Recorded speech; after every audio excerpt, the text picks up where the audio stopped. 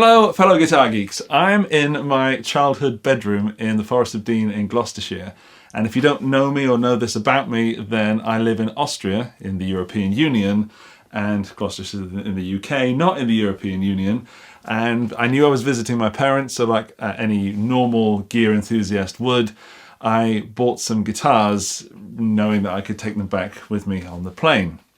I say I bought them, but I won the right to pay for them by being the highest bidder at an auction run by Gardner Holgate on guitarauctions.co.uk.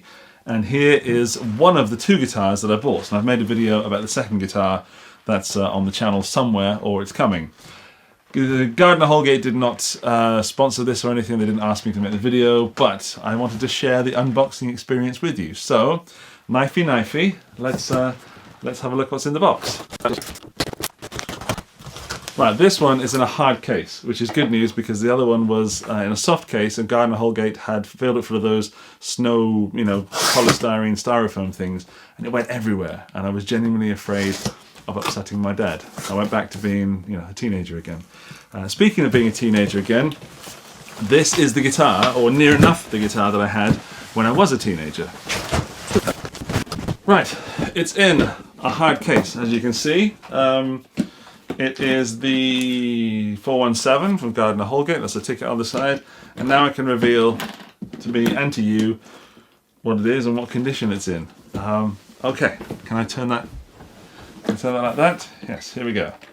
It is the Epiphone G400 or SG, made in, I believe, the year 2000. And I had one that was built in either late 98 or early 1999.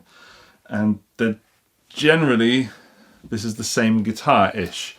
So there's the serial number. Can you see that? If you look that up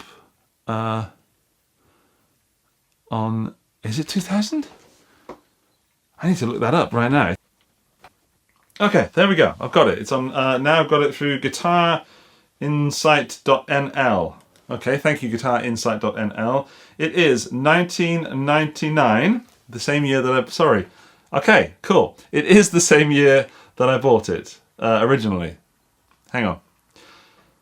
So, ignore what I just said. This one was built in 1999 in Korea, the Shine factory.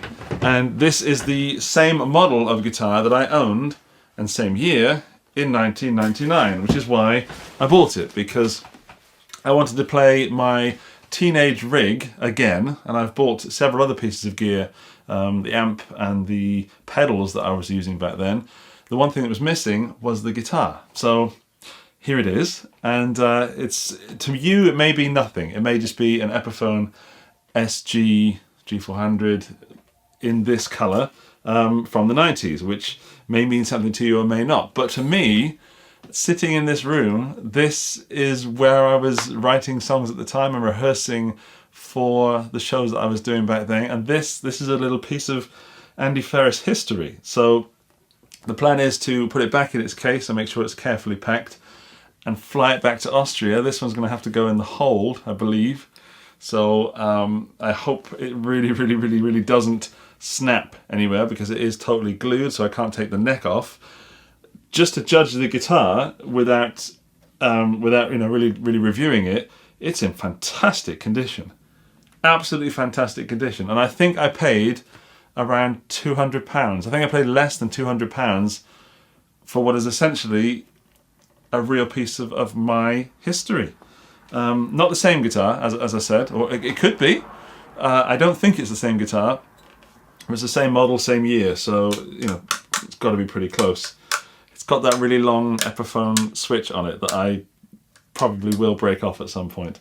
But I loved my SG back then. I wanted the Gibson with the big batwing. I wanted that so much because of Kelly Jones and the Stereophonics, and I suppose indirectly because of Angus Young. But yeah, I'm going to take this back to Austria. I'm going to get to the studio and I'm going to plug it into the gear that I had back then, which was a Marshall Valve Estate VS100 and a Boss ME30 multi-effect system. So yeah, no agenda for this video, not sponsored by anybody, not possibly even entertaining or interesting to you, but it's interesting to me, and I wanted to share the unboxing experience I guess what I can take away from this is that the descriptions written on guitarauctions.co.uk are completely accurate, assuming the guitars work, and the money that I paid for this is absolutely worth everything.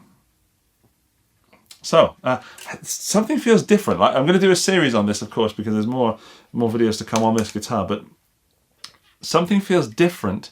These knobs feel more sturdy than I remember the Epiphone knobs being. And the screws on here, let's look into a mystery, the screws on there, they have been undone a few times.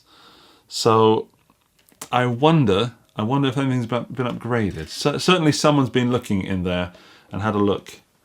And the same goes for the switch. The switch has been adjusted a few times, and not exactly by someone who knows what they're doing with a tool. But apart from that, the guitar looks in great condition, and I cannot wait to play it when I get back home to Austria. And suddenly that Slim D doesn't feel so bad anymore. I'm a chunky neck lover, but this Slim D, which of course differs depending on which year and where you buy it from and who made the guitar, but that Slim D does not feel like a modern Slim D on a modern Epiphone G400. All right, that's it. I'm going to put this back in the case, fly it back to Austria. I'll be documenting that on Instagram, so that this will go out, of course, after I have flown back, I think. But yeah, that's me and my Epiphone G400 story. So I hope you follow me through the rest of the story, and I'm interested to know how it's going to sound through the old gear, and if all this gear that I've bought recently or in the past 1999,